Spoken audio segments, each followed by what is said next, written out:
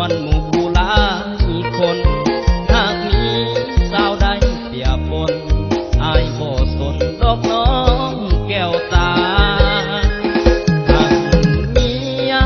คนเดียวอยู่ในหัวใจ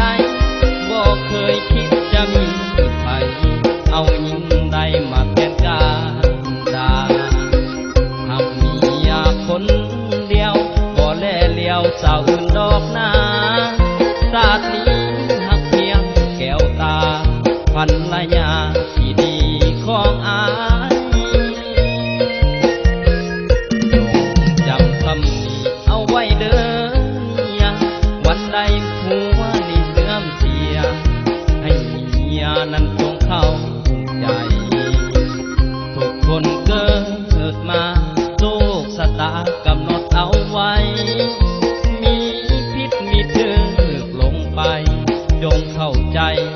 อายเด้อเมีย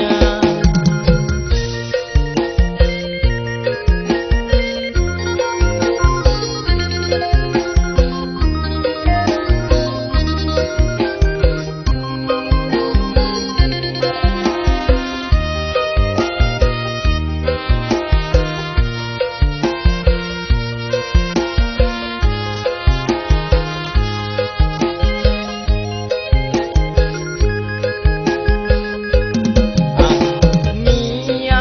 คนเดียวอยู่ในหัวใจบ่เคยคิดจะมีใครเอาหญิงใดมาแทนการดาหากเมียคนเดียวบ่แลเลี้ยวสาวอื่นดอกนาศาสตร์นี้